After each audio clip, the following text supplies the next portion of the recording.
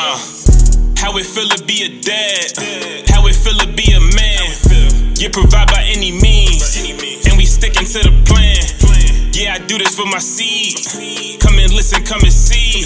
Remember, it was just me. Now it's all about me. Lead by example. This for my child. I swear that I got you for life. Went from the court to talking about buckets. Now we talking Pampers and wipes. I really love this though. Look at you and get inspired. You the fuel to my fire. Come here, let me change your diaper. Diaper dash. Listen, man, we are back again. It's your boy GQ in the building. It is your boy Boog. What's going on, baby? I see you got a new little, you got a new like you got a bunch, like a breath of fresh air or something right now, bro. You look real refreshed. Let me tell you, I ain't even gonna hold you. Today's probably been the longest day for me. Like real shit. Like I was telling Dad today, it's probably been the first day where I really had a 12-hour day for work because I had a workshop / conference in DC. Right. So I had woke up obviously the normal time. Then I got on the train. Then I had to catch an Uber to this place. And then after leaving, I had to get back on the train. Then the train was late. And then the train was whole bunch of fucking nonsense. It's been a long ass day. But like I told the Uber driver, man, another day, another lesson. You know what I mean? Yeah, unfortunately. Every day is full of lessons. It fucking never stops. It's like one thing after another, bro. I swear. What's poppin' with you though, man? You fresh off of AZ. Yo. I ain't even asked you. I was just gonna wait till you told me some of the good stuff today, man. Yeah, nah. How was it? That was your first time out there. How was AZ, man? First of all, it's hot as shit, for one. Number two, like it was like almost unbearably it was like unbearable as fuck. Like every step I took, I just felt like I was getting hotter and hotter. And bro, but it was honestly, it was probably one of the better trips I've ever had. Like just as far as around like being with the guys.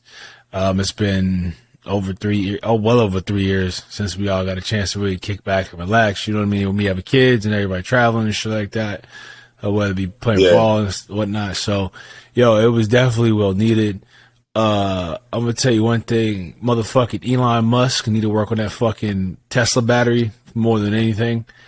Bro, we fucking almost, the bitch almost died on me. We did like this whole excursion shit. So we did like a lazy river, like out there, out there in the sticks, like 40 minutes from, it's in Mesa, Arizona. It's called Salt River or some shit like that. Shit was fucking fire. 4 hours of just chilling, kick back, had a music blasting, just laughing, carrying on, whatnot. So I had 80 miles left in the bitch, right? It takes me 36 miles to get back to the crib, right? So for all my math people out there, I should have enough battery to get the fuck back to the crib. Correct. I get back to the car, there's like 38 miles left in the bitch. I don't know if the sun just baked it or something went fucking wrong. So, it was like hell on earth for real at that point. Because now it's like niggas weren't even trying to run the AC. I wasn't playing no music. I had the windows down. I was doing everything. I couldn't find a fucking supercharger to save my goddamn life. Like, it was like, it was bad. 2 hours, like damn near 2 hours later, we got back to the crib. But it was all, you know what I mean? Shit like that has to happen on vacations, but it was definitely definitely an experience to definitely be going back. But bro, it literally was, it did its thing. It did what it was supposed to do. Yeah, that's it. So. I was telling people, it's all kind of like trial and error with the whole battery situation. So I don't know if people are familiar with like the Apple Watch. Like when the Apple Watch first came out, one of the things that they were like, an issue was, the Apple Watch don't last long. Niggas was like, this shit doesn't last past 5 hours. And then gradually they started upgrading that shit. And now that's, good. And I be telling people with the people have to realize, like with the Tesla, even though that shit's nice, it's very affordable, it's efficient. That shit is really like the big monitor ass computer. It's like the first big ass computer. You know what I mean? So like to everyone, that's just like, oh, we got a computer. But then as time goes on, look at that shit now, bro. This our computer right here, man. That shit is like that's how efficient we are. This shit lasts 24 hours and it's this small. So I be telling them like, yo, even though I want a Tesla, I'm like, yo, in the next 5 years, the Teslas that they make, that shit is gonna be incredible. Big. But I tell you what, it's gonna be right now, fuck that shit. How much is gas up there right now? Too fucking high. Shit, I just filled up yesterday. I be going to, it's so high, I go to BJ's now. Like, put it that way. Like, niggas was going to BJ's like when gas was like 250 and it was hitting 280 in the streets. Everybody was like, I'm gonna go to hit BJ's. Yeah. Now it's like, I was like cool with that. Like, now it's like, yo, like, it took me, that was almost like $5 a gallon. But you gotta think, I live in the middle of nowhere. So it's like, there's no way in hell gas should be this fucking high. Like, I paid like $65 one time, like 2 weeks, not this past time before. I paid $60 this time around. It usually takes me like $35. Yeah, that gas up here is too fucking high as well. Yeah, that's just high as shit. That shit right there by the fire station, because mom's live over there. So every time I drive, like go out, I see that shit. Like, bro, I don't know how y'all do it. But then again, it's like I live in California, crazy. So it doesn't really like affect me. Yo, so I asked Obi, I'm like, yo, what's the price out there? He's like, yo, damn near $7. That shit's like $7.07, bro. In some parts of San Diego. I don't know. Hey, he said where he at it's at $6.25, but I know there's places out there that's $7. But I remember statistics showed that like by August everywhere would be by $6. It's unbelievable, bro. It's literally unbelievable. Like I don't mind. Granted, I have a company car, so I don't have to worry about like. But I'll fill up every week and a half, 2 weeks, just because I'm always going to the gym, going to work out. I'm doing things around town in my car. But yo, if I had to commute 5 days a week. Sickening, bro. I would never. You couldn't pay. You got to compensate me for that at this rate. I'm sorry. There's just no way. I know that's not gonna happen, but it's just it's too fucking high. It's funny, yo, man, because I be thinking to myself like, man, yo, like if I was really on this social media thing, like one of the memes I will make is like, damn, all y'all niggas wanted these luxury cars. Y'all niggas ain't driving them no more. No, yo, before we get into this, I got to tell you, I saw some on the news today. This fucking, I think it was on the news I saw. This fucking gas station manager got fired by fucking up the price on the premium gas. That shit was supposed to be like $6.99. He fucked up the decimal and that shit was like 69 cents. And everyone was filling up. Yo, they were out of like $16,000 or some crazy shit like that. So big ups to whoever figured out, point out and told everybody you are the official fucking plug.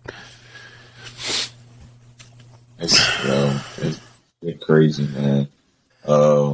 But shit, man, holla at us. What we on today, man? We on a lot. We teach our kids to be, law-abiding citizens and do right by others, you know what I mean? But how does it work when you explain those situations to your child where child might not be so giving?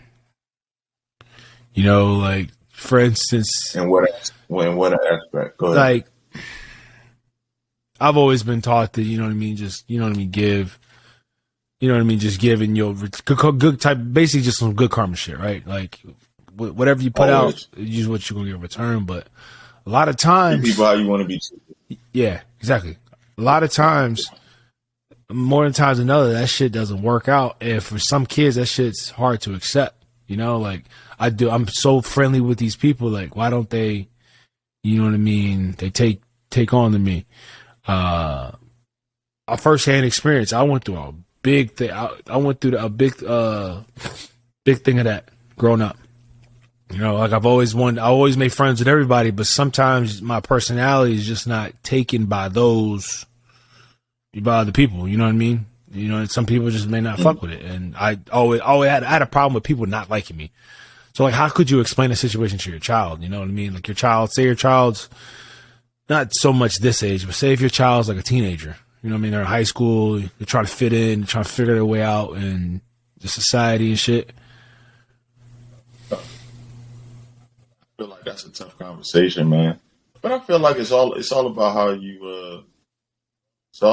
you you raise them, right? Yeah. And people, and that's like a broad statement. Like, yo, it's all about how you raise them, this, that, and the third.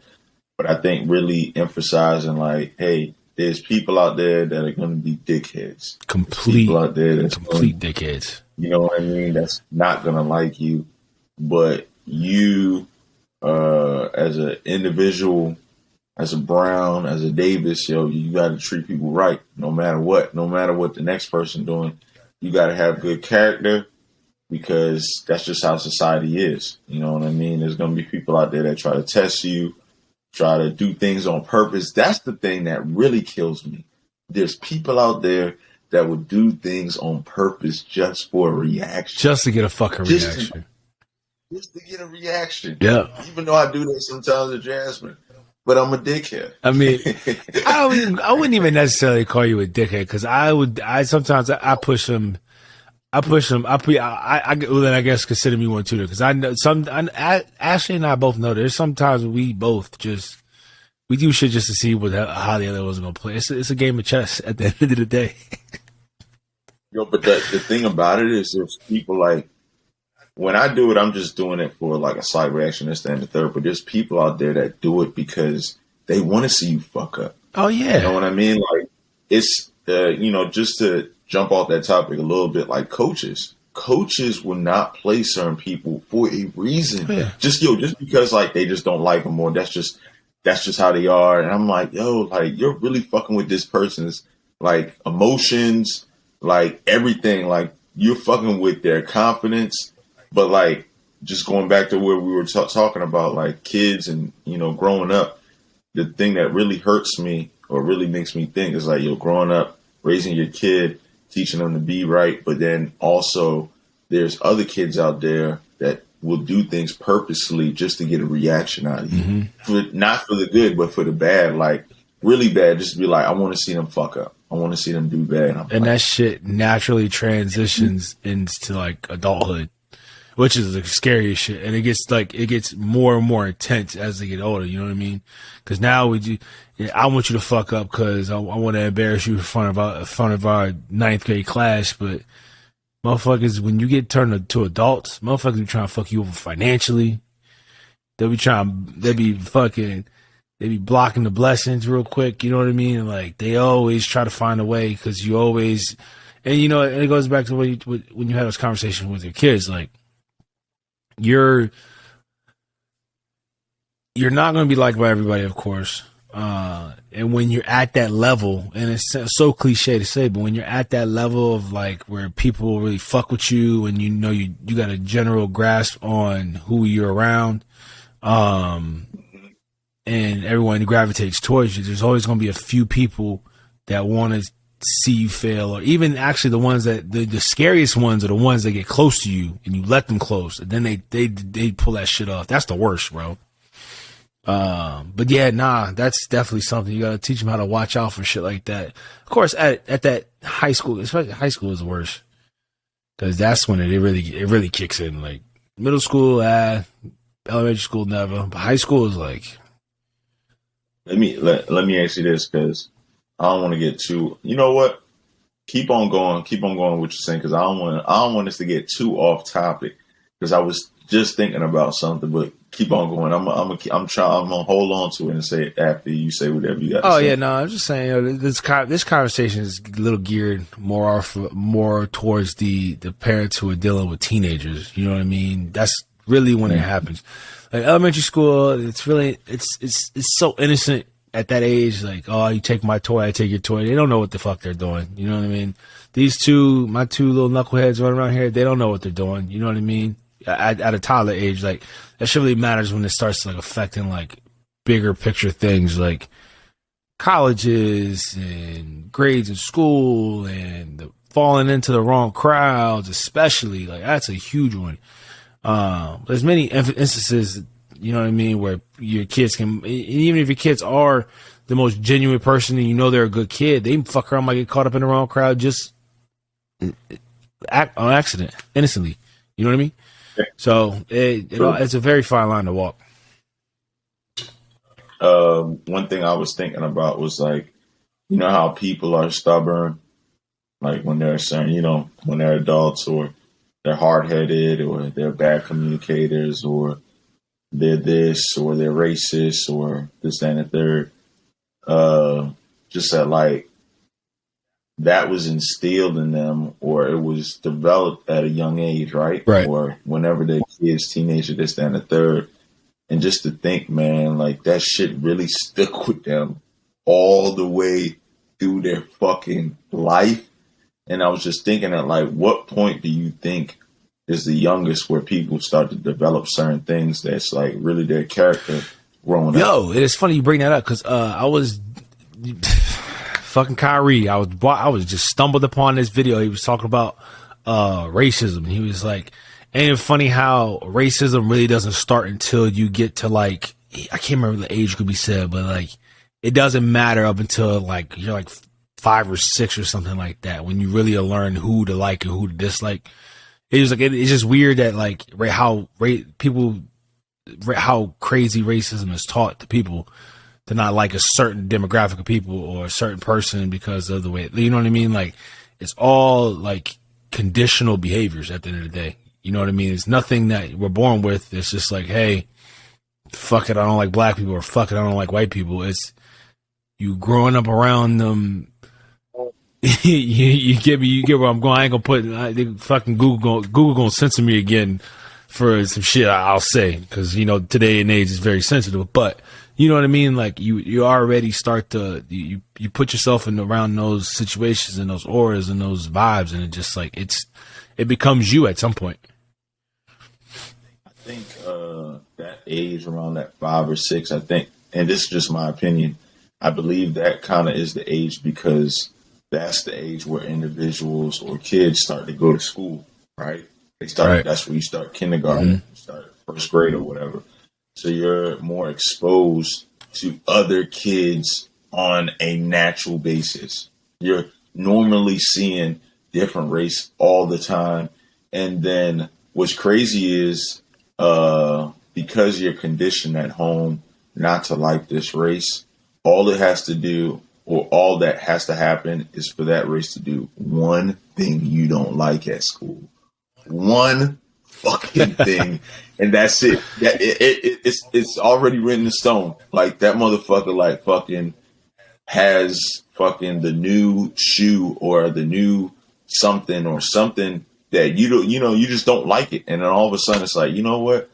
I really fucking don't like white people. I don't like Asians. And you know what the crazy shit about it is? It starts like that, but then it gets how it really gets ingrained is when, like, your parents say like you're at, it's like a one type situation, but like, say you're at like a school parent teacher conference, not a parent teacher conference, but whatever that shit is, where they bring it orientation, whatever, and you find your buddy, your buddy, you black, your buddy white, and then now you talking, and then now both of y'all parents are having a fucking standoff because they know what time it is. You know what I mean? And you like, what the fuck's going on? And then they start explaining it to you like, oh, well, we don't like their kind, or this, that, and the third. Like, that's some fucked up shit to see. Like, as a child, you don't really know what's going on, but it's just like, as an adult looking at it, it's like, yo, what the, like, just let your kid be a kid, bro. Like, at the end of the day, like, let them be them, you know? Regardless of where you come from. Let me ask you this, and this is a scenario I used to always ask, but now that we have kids, you know, I want to ask at this aspect. Bo or Cassidy is dating a different race, and he goes over, you know, the other boyfriend or girlfriend's house, and they're around their family, and they hear their family say nigger. Right? They're not black. They're another race. They say nigger, whatever, the ERA. He comes back and he tells you, he's like, yeah, you know, Pops, like, uncle or sister was saying nigger, like, they were joking around, like, yeah, You know, they weren't talking about me, but I heard him say, you know, the N-word. What is the approach, and what are we doing right now? What are we thinking? What are we saying? So in the heat of the moment, I'm tight. Like, I'm just gonna be off the cuff, like, because I already know at this point in my mind. Immediately, I'm off the cuff, because now in my mind, now if you feel that way about other people, other African Americans, then why the fuck is my son in your house, right? Or my daughter's in your house? Because now this shit started to smell like a setup. But that's just the way my mind works.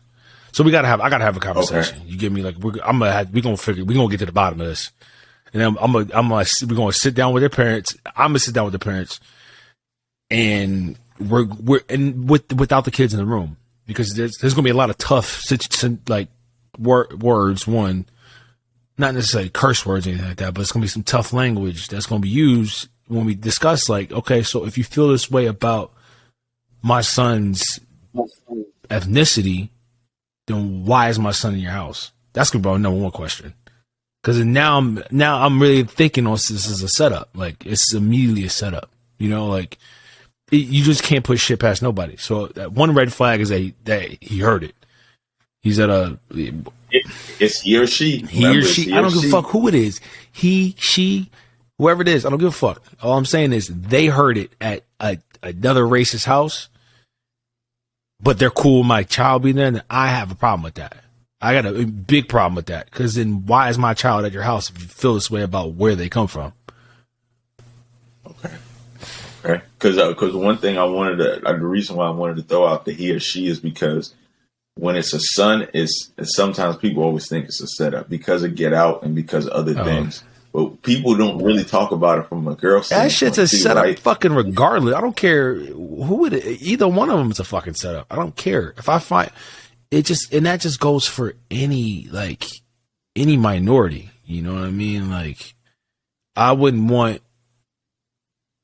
like, it's just like my child going over to someone's house and they're calling Hispanics beaners and spics and shit like that, right? Even though my child, they have this much Hispanic in them, it's nothing to us. But at the end of the day, like, why are you using this type of language around my child, right? About any minority, you know what I mean? I don't care if you're black. That's just like, say if we had say Bo's girlfriend was white and they came over here and I started calling them crackers and honkies and all this other stuff, like, that'd be some crazy shit they say, like, out loud, even with their mom being like white. You get me?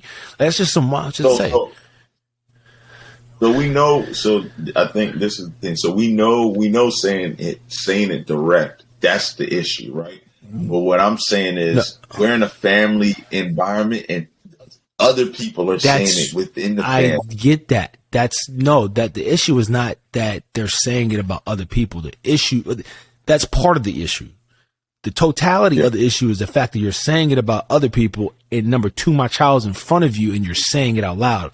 Whether it's your uncle, whether it's your fucking brother, whether it's your sister, whether it's your mother or your father, your aunt, grandmother, I don't give a fuck who it is in your family. It's the fact that you're saying it, one, about a demographic, but two, you're saying it in front of my child who is also part of a minority. You know what I mean? Let's just keep it a bean. America sees me as African American, even though I'm biracial. You know what I mean? Like, it's just the way it is. Every time I go somewhere, I get stared at because one, I'm fucking tall. Two, they try to figure out what the fuck I am. You know what I mean? That's just the way it's been all my life. And with these two, it's going to be the same exact thing because they're full of shit themselves as far as like ethnicities and races and shit like that. So what prefaces you to feel comfortable to say it around my child? And the other part of the problem is, why is my child around you if you feel this way about a certain group of people? I feel. One thing that made me think about this, do you think because, you know, we're black parents, do you feel like we hold the same accountability for how we speak about other races? And the reason I say that is because I know for me, I say racial slurs. I know that. I can say that for a fact. Am I racist? No, I'm not racist. Jasmine is the first black girl I brought home. So yeah. I'm not racist, but I know myself, right? And I know other black parents, and I know other black parents that say racial slurs around their kids, right? But it's not into that light where it's like, yo, why is Shane and his family saying that? Because it should be that way. We should be held accountable the same way we're holding other races accountable for saying the N-word, saying. But we don't. I know we don't. I know, because you're going to get me into a whole can of worms and the whole fucking populace is going to hate me, bro, because it just doesn't add up to me. Keep it light, but it's crazy because as black parents, we don't, yo. Oh. Like, I know maybe down the road, I will say a racial slur about another race. I know I will, because that's me. And I should be held accountable of Shane, Pops, why are you saying that? Because why are you saying that? Keep it. We don't keep it feathery with this one because that shit kills me. That shit kills me, bro. But God forbid somebody fucking drop the biggest motherfucking N-word in the world with the ER at the end. Oh, we gotta go shoot some fucking body. Like, you know what I mean? Like, it's just like, bro, like, it don't gotta be all that. Like, I feel like as a human race, as a society, it just should always be just kind of how I broke it down. You know what I mean? I wouldn't want my child to be put in that predicament. I wouldn't want somebody else's child to come in my house and hear me talking crazy. You know what I mean? Because then that also says a lot about what the hell I'm raising my child in. And it goes back to the conditioning of like how we brought up, like how we bring them up. You know what I mean? And, oh, well, our child thinks it's okay. Hey, fucking da-da-da-da-da. No, but you cool, don't worry about it. But it's everybody else. Like, that's just it's the dumbest thing, bro. It's the craziest shit. And it's so crazy to me. Like, just civil with it. Like, you got somebody's kid with you. You know what I mean? Like, your household is your temple. Your household is your sacred place. You know what I mean? There's not, unfortunately, in the world right now, there's not too many sacred places left. Until these motherfucking houses start getting ran up in, God forbid they do, this is about the only sacred place you got. So this sets the tone for how the people who live here are seen by the world. You know what I mean? How they're seen by other individuals, how they carry themselves, how they talk, how they speak. You know what I mean? They're not cussing every 5 seconds like Boog does, but Boog also knows how to carry himself. You know what I mean? The way I talk on the podcast, where I talk to my friends, is not how I'm going to be talking in the corporate world. You know why? Because the corporate world sees me a certain way. They see me as African American. They see me because of my size, and I look kind of intimidating. But at the end of the day, when you have a conversation with me, I always got a smile on my face when you see me. I'm always, you know what I mean, trying to bust a move. It's just you laughing, but it's the truth. No. I'm laughing because this goes back to what we were talking about when I was down at the beach. You and being able to control and basically shape the way you want to communicate and tolerate things, right? Because what I was saying is, about like having a disagreement with your boss and having a disagreement at home. Some people are like, yo, I can't talk about this right now. Let me think about stuff. But at work, you're able to condition yourself to be like, all right, this is what goes on, this, that, and the third, and not really get heated. The same thing, right now what you're saying is like, yo, when I'm at home, I can say this, that, and the third. But when I'm at work, I can condition myself to be like, yeah, my name is Lawrence Davis. How are you doing today? Okay. All right. When you're at home, you shooting the shits. It's just so, and that just probably goes back to that. It goes back to that too. It's just like I know how to. Like today, I went to a training, and you think I was at my training talking how I'm talking right now? Probably not, because I probably wouldn't have a job. You feel me? Like, it's just simple as that. You know what I mean? Those people who are able to survive, those minorities who are able to survive in America, who can split their I don't even want to call it splitting your personality, because now it's making it seem like we're like crazy people, but the fact that they condition themselves to certain situations, that shit's a true talent, bro. Like, it's very hard to do. Play the role. You got to play the role. Some people don't want to play the role. Fuck that. I'm 100. No, I'm staying true to myself. Okay, you're a sellout. Not really.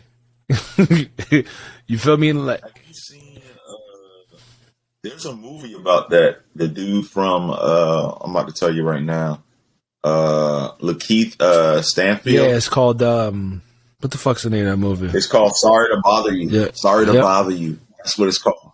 And he's a black person, a black guy, and he works at a telemarketing joint. And when he gets on the phone, the motherfucker sounding white is hell. But see, why is it even sounding white as hell? Why can't it just be sounding professional? See, to me, I think it's sounding proper. But because people still ask me to this day, they're like, "Yo, why do you speak so? Like, why do you speak white sometimes? Or like, why do you speak? What the fuck is speaking white?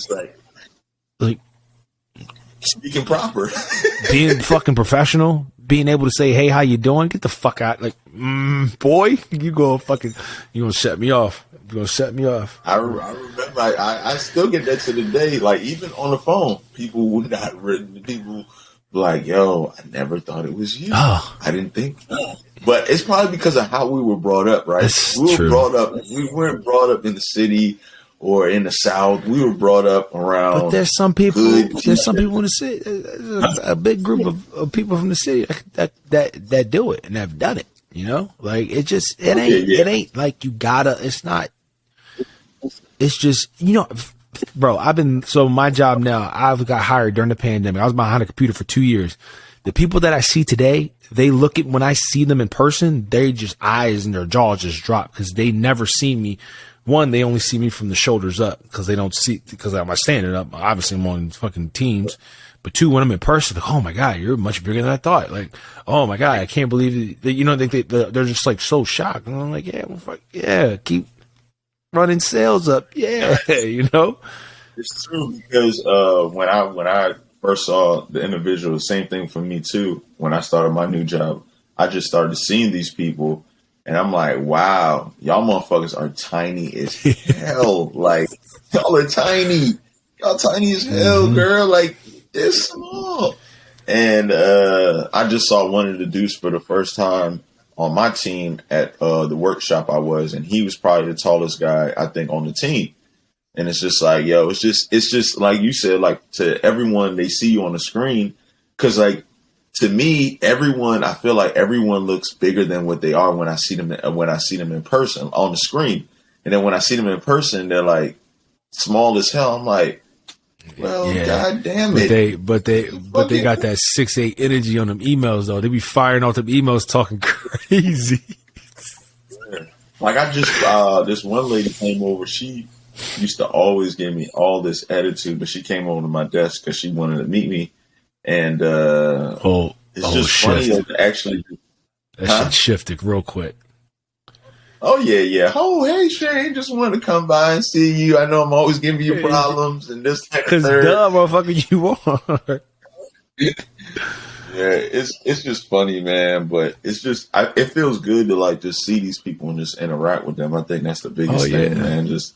And this isn't and don't get it twisted. This isn't something you learn overnight. This is something by putting yourself in those situations where you have to correct yourself or come off correct. Ain't much nods and yos and yes, more so yes. Hi, how you doing? Is there anything I can do for you today? Per my last email. Shit like that. One of the things I'm working on right now is not saying, hey guys. I got criticized. Of course you did. It killed me. Of course. We were in a briefing. We was in a briefing, and it was my time up. And I always start off with, "Hey guys, what's going on? Hope everyone had a good day." Just lighten the mood, get in the mood right. And one of my managers, she told my other boss, like, Shane did a good job, but the "hey guys," he's got to cut it.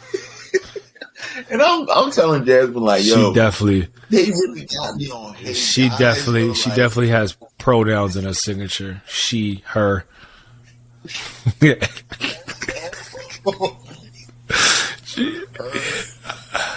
She's one of those. She's definitely one of those. Cause what? Like, I mean, okay. So, to some people, it probably doesn't sound professional, whatever. But bro, those people who think that definitely have pronouns in their signature in their emails. I'm convinced. They're just like, What we off with next, man? I don't know, bro. I kind of like where we was at, but but we gonna get off it because we're gonna send America going through the bunch right now, and I don't want to be a part of that. I just want to keep us where we at, right over here. But what about we touch on the joint you sent from the Breakfast Club, vulnerability. Oh yeah, being vulnerable. No, we touch about it all the time. Or just, I guess for the listeners, just elaborate on what you're referencing to. There's a interview with the Pivot. Shout out Channing Crowder, Ryan Clark, and Freddie T. But they were talking about how to teach our sons and whatnot, and how to be vulnerable. How we as men, we have to put ourselves in vulnerable situations to show our children that we don't have to be tough all the time. You know what I mean? As far as like just keeping that arm up. You know, we talk about it all the time, but I found it real touching to me because for coming from those guys as football players, like those guys have to have. They're tough 24/7. I think even in and he touched on that. Yeah, and even in that interview, Channing Crowder was like, you know, my job every day is to wake up and knock somebody's head the fuck off, and be cool with it, and go home and be a father. And you know what I mean? And that's why he was talking about how football players always have the highest domestic abuse fucking cases because they don't know how to turn that switch off. And that shit really touched me. It's like, especially as a father, I think kids naturally, I'm not going to say I think kids do, because there's some domestic situations with football players. And I ain't played football growing up, anything like that, but I know there's probably some domestic situations that happen with kids in the house, unfortunately. I feel sorry for those kids that have to see that, but I think that kind of gives you your breaking point where you have to cut that switch off, and you have to really just sit back and digest your day and leave everything on the field, regardless. Not just everything you got as far as physically, but just more so of like the attitude, the temperament. Because when you come home, your kids don't know nothing. They don't know about that shit. They just know that you are professional. No, but that's so tough, right? And I feel like we touched on a little bit about that, or that aspect as a man. But yo, you got to think about this. You have been doing this all your life, right? All your life. And because your life has changed, because now you have a kid, you have a family, that aspect of you having a family and a kid, your involvement in that is so much smaller than playing football every day. My G, you feel me? Like, it's the same thing with going home at work. Like, say, for example, forget COVID. If we went into the office every single day, us being parents is such a small scale on our life that going to work is way more time absorbing. Like, we will only be parents from when we got home until bedtime, and on Saturdays and Sundays. So going to work is like, that's majority of our time. And for those guys, especially at a young age, because you got to remember, most of the football players, their average years playing football is between 22 to 27 years old. God damn it, motherfuckers ain't even really mature about then. You know what I mean? So I really like, not trying to say I make excuses for men, but I really understand sometimes of how some of them act the way they do in some of the situations they are, because number one, like, it's difficult being a man, right? Two, it's difficult being a black man. Three, it's difficult being a father. You know what I mean? Especially for some of these guys, to me, I feel like it's destiny for them to be celebrities and be football players because of the background they came up from. A lot of these people, they came from poverty and bad backgrounds and bad neighborhoods and bad families. So they really don't have that upbringing. And then four, like, yo, it's also hard to be a good partner. And it's so much temptation, and you not necessarily seeing a good foundation growing up all the time. You probably only see it on Instagram. Yo, that shit is fucking a lot for a young man. It's a lot, bro. It's a lot, man. And I feel like, damn, man. I'm not saying we got to get them excuses, because some motherfuckers like, man, fuck that. They gotta figure that on their own. But just think about it, man. You're a millionaire and you're trying to basically be as mature as you can and be all of this in one, and be goody two shoe and be the best dad and all that. That shit gets thrown out the window. It's only so much you can. You know what the sometimes. NFL should probably offer? I don't know if they do or if they don't.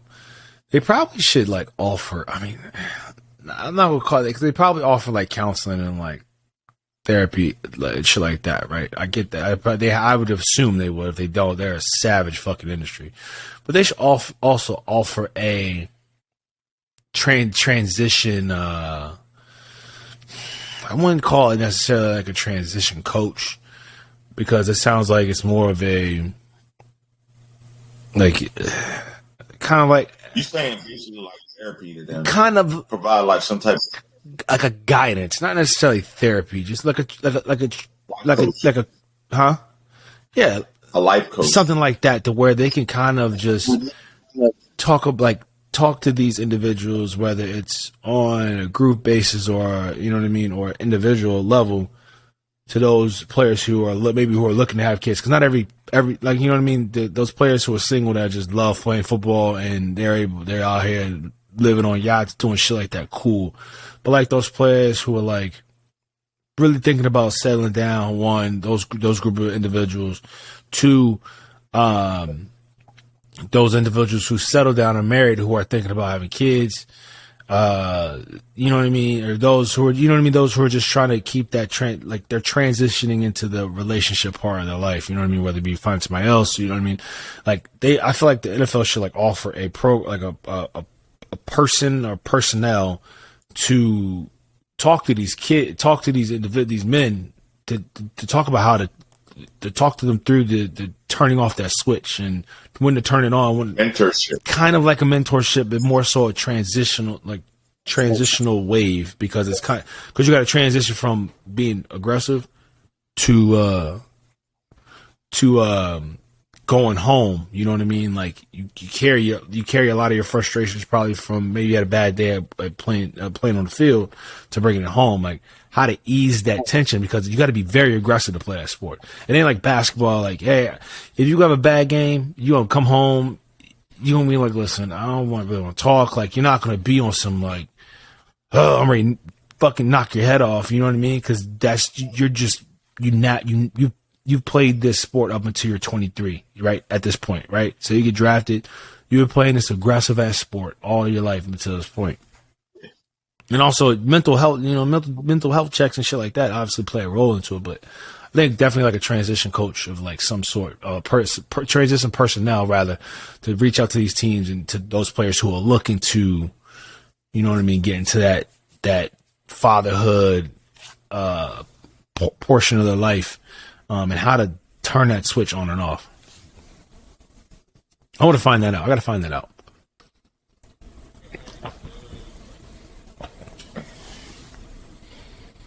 We can ask. I could probably ask. Definitely should ask that. That's like that. It's That's a the real only guy I thing. know in the NFL.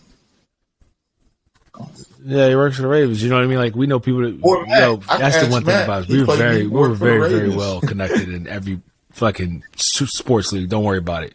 We got names to drop. We ain't gonna do all that. But yeah, we should. You know what I mean? Reach out and see.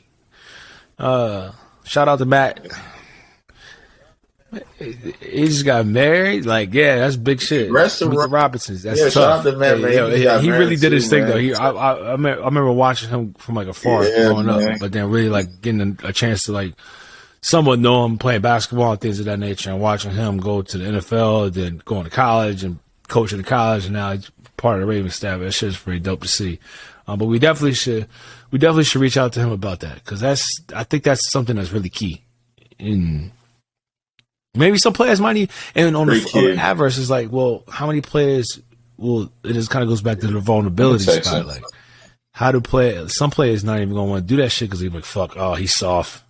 He's a loser. He's going to suck. You know what I mean? But maybe it ain't, maybe all it takes is one big name to just say, hey, fuck it, I'm going in. And you know what I mean? It's like, oh, okay, well, that motherfucker had 2,200 yards last season. You know what I mean? Like, he's nice, but you know what I mean? Just as far as that aggression level and things of that nature within that brotherhood of the NFL.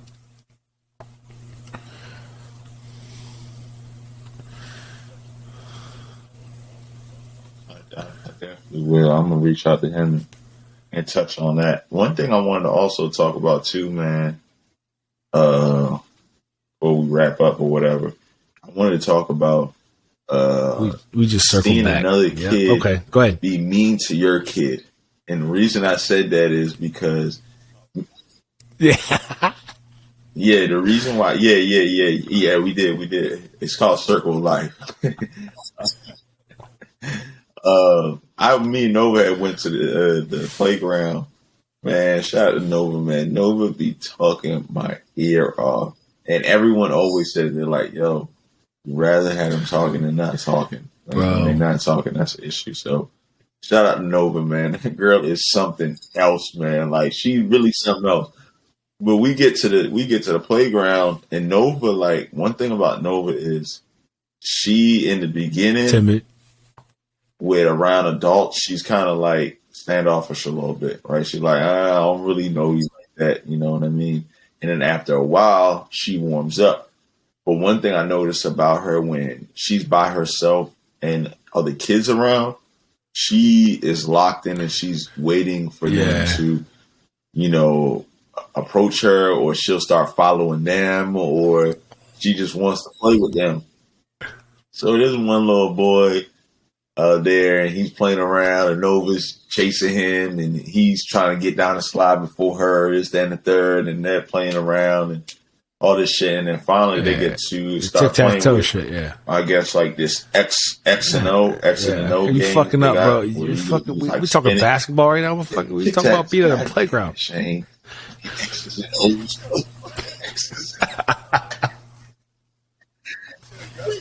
Tic-tac-toe. God damn it.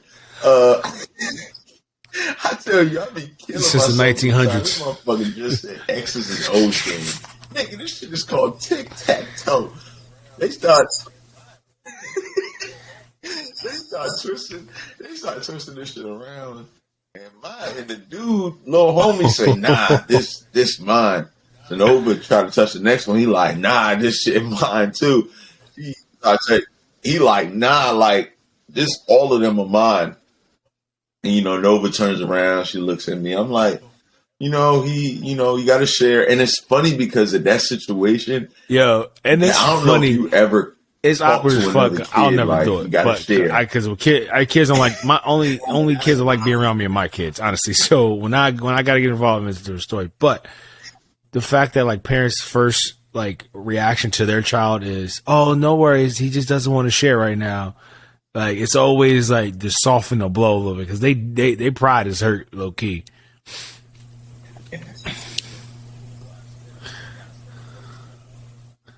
So what do you say? Do you say something to him, or do you say something to Pops? To watch that, and that's the first time I just watched that, and I'm. Yo, his parents were nowhere to be found, but I don't think it was a situation where it was that serious for me to reach out to the parents. That's just a kid being a kid. You know what I mean? Like the same shit Nova probably, like even Nova came home and she's like, I pushed Gemma today. And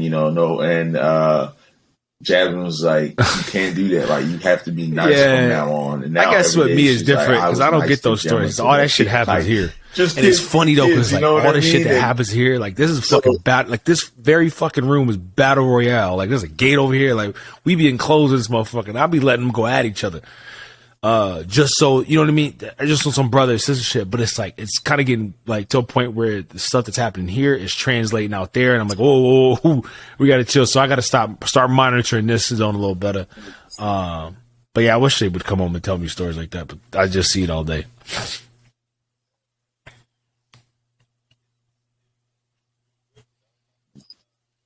Yeah, man. Like And you know damn well that's not what you that want was to my do. first time. I know like, exactly hey, what you want to do, but that's not what you want to do.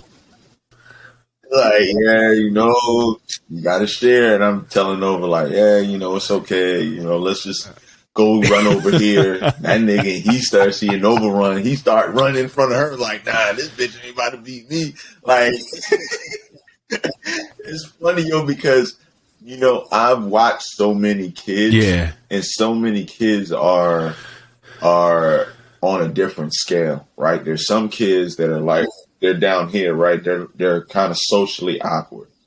And then you have some kids that are like, they're not socially awkward, but they're looking to elevate themselves. And then you have some kids that are like, they're right above the surface. And then you have the top kids where they just know everything. They're like, they adapt to everything. They're like, oh, this nigga's trying to take my shit. That shit's not about to go down. Like, I know how to take something away from somebody, or I know how to jump in front of somebody, or I know how to take something or do something that normal kids should know how to do, but because of the whole pandemic they're not really these two, understanding that. But I'm at both ends because like Cassie's at that point where she's like, she's following other kids. Like she's like, it's the weirdest shit ever. Like she'll follow a group of girls around, won't say a word, won't do anything. Granted, she really just started talking and shit. Like she really is like having like in-depth conversations now. Like everything's like, it's a dialogue. You know what I mean? You ask her something, she gives you an answer, you respond, she responds back to that. Like it's starting to get to that point. So I know it's going to change, but before she used to just be very like I said, just follow kids around, and then she would not say a word. She'll just stand there and just stare at people and shit. This would be the weirdest thing ever. Some girls would take to it, some girls wouldn't. Like last time we went to the park, there was a girl, I think Ashley told me she took her doll or some shit like that. She took old girl's doll and was running around the park with it. And the girl was chasing her. I wouldn't say that. I want to say that's not true, but I hope it kind of was because that's some funny shit. But then I have another kid. On another spectrum, I have Bo, right? Bo he's a very sensory kid. So like a lot of loud noises, any type of sharp movements, anything of that nature, things that catch you off guard. He's very sensitive to shit like that. So when he comes to other kids who are loud and rambunctious, even though that boy is loud, I thought he was the loudest kid. Some of these kids is way louder than him, but when he gets around that environment, it's like he's a whole different kid. Like he avoids them, but he doesn't avoid them. Like he'll play around with them, but then he'll just slowly he'll go do some other shit real quick and then come back. Or he has to have your full trust in order for him to play with you. So I definitely get to see both ends here. One thing I've noticed so far is that they do the, kid cutting the line and shit. Like I watched Cassie like Debo a couple kids out of their spot, but it's cause she has to defend for herself at home because her brother is the front row. Like he always has to be the center of attention. So she always has to naturally feel like she has to move somebody out the way to get where she has to go. And it's not a bad thing, but it's just the correct way of going about it. You know what I mean? You don't want her to grow up and just be Deboing little kids, little girls just flying all over the place. I was at lunch the other day. I was talking to another dad, and we were talking about how fast time flies and like how quickly our kids grow up. And he has a set of twins. They're boys. I think they're 15. And I told him I had a set of twins previously earlier in the conversation, whatever. So we were just on that type of vibe. And I was like, yeah, it's crazy how fast they grow up. It's like they grow up and then they leave. And then it's like they just on their own, like they're making their own decisions and shit like that. And he was like, yeah, he's like, actually, he's like, we should probably stop talking about this because you're kind of about to bring a tear to my eye. I'm like, I was like, wait a minute, what? But then I thought about it. I was like, it's really a valid statement. You know what I mean? We put our time and energy into them and then they just disappear. Like me, that empty nest feeling shit is hard for some parents. I'm telling you, man, it's crazy because we can't we can't see it right now. We've been in that position because we've been the bird in the cage, and then we fly out, and we're on our own now, creating our own families. Yo, that day is gonna be sad. Yo, shout out to the pivot again. I was watching the episode today with Gary V. And he was talking about his mother, and they were just talking about like fulfillments in life and like what is your cap? You know what I mean? Like we're always going to keep grinding, but like honestly, what is your cap of like where your dream stops? Not drop stops, but you know what I mean? And he was like, it's him. He has two other siblings. Gary V has a sister. They're 3 years apart, and then he have a younger brother who's 11 years younger than Gary. And he said that his mom you could tell her dream was just to be a mom and do motherly things, and you know what I mean, and live that lifestyle, like that 24/7 parent role. You know what I mean, like just really giving her all into it. And he said that once his younger brother moved out, he just saw her whole mood change. Like she just became really sad. Nothing could cheer her up. He was like, I was doing everything I could to keep her happy, to try to make her happy, but you could just see. And he said, I had to take a step back and really look at that. Maybe this was what her calling was, just to be this tremendous mom and bend over backwards for her kids and give them everything, teach them the most valuable lessons when it comes to people and how to conduct yourself in the world. To now there's no one left. You know what I mean? Everyone's gone. So it's just a crazy, crazy, crazy world. It's a crazy way of life. It's a crazy thing. It's just, life is just fucking wild. You know what I mean? Like life, man. It's a circle of life, and who knows what's on the other side. You know what I mean? Like it's just, you just don't know. It's very weird to think of life as something you don't have no answers to. You just kind of figure it out. You go through your whole life and everyone gives you these answers. And then you get to a point where you don't have to answer to nobody.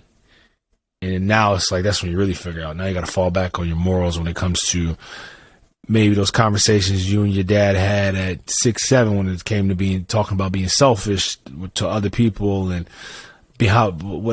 why you shouldn't be rude and why you should be giving everybody your respect until they do something, you know what I mean, until they go left on you, to why you should treat everyone the same, equality, and just all those deeper topics that you really don't get into until like you're older, until you really kind of are able to sit at the table and digest that stuff. That's when you really fall back on your morals, and then it circles back through again. You have kids, you do the same thing. Well, when I growing up, it just all goes back to everything. Anything that we ever talked about all starts from upbringing. Simple as that. So, listen, guys. When you guys listen to this, it would have been Father's Day. So shout out to all my fathers, my father figures, all the uncles, big brothers, everybody out there, man, that plays a big role in basically being an advocate, a mentor towards children. You know what I mean? Don't let no one tell y'all different, man. You know? Sure. So shout out to y'all, man. Much love to y'all. Hopefully, you guys get to enjoy the day and just relax and do what you got to do. It'll be June 19th also. So it'll be a holiday. Hopefully y'all motherfuckers will be off on Monday like I will. So I'm going to be out. You're going to be out. Yeah. Yeah, I hear this thing go. Get the fuck. I was about to say something DMX would say, but nah. I'm We're not trying to be there. Please, God forbid. We're ending the episode. We're not fucking starting this shit one. And this is not the type of time we need right now. God rest the dead. That's the homie. But that's not what we need right now. But yeah, nah, for sure. Definitely. Happy Father's Day to all those tremendous men out there. Remember, being a father doesn't mean blood. Being a father means through actions, through showing charisma and all those tough moments, to really mentoring and molding young minds. So enjoy your day, Kings. I know I'm going to enjoy mine. My mom's coming up this weekend, so this is my first Father's Day with my mom. I'm pretty excited about it, but I'm definitely going to chill Sunday. Hopefully kick my feet up. Probably not, but because I'm always involved. I'm always involved in some shit. But make sure you guys take the day to yourself, reflect, on the past year since the last Father's Day, what you could do better, what you done great, and you know what I mean, and keep it moving forward. And hopefully y'all get the shirts. We want to do that Father's Day special. But like I said, by the time y'all hear this, it's gonna be a little too late. But listen, hit us up, Diaper Dads Podcast. We're on IG. We're on fucking TikTok now, so it's about to get crazy. We're ramping up the processes. Spotify, catch us there. YouTube, definitely see our beautiful faces, and we see you there every week, every Wednesday, 9 a.m. We drop an episode. You drop the audio, Apple Podcast, Spotify, catches our visuals on YouTube, and then of course, we got the pictures. Also, it's probably too much. We're not good to. But me and GQ gonna link up. We got to do a in-person episode, but we'll talk about that later. Catch you guys next week. We love y'all. Peace.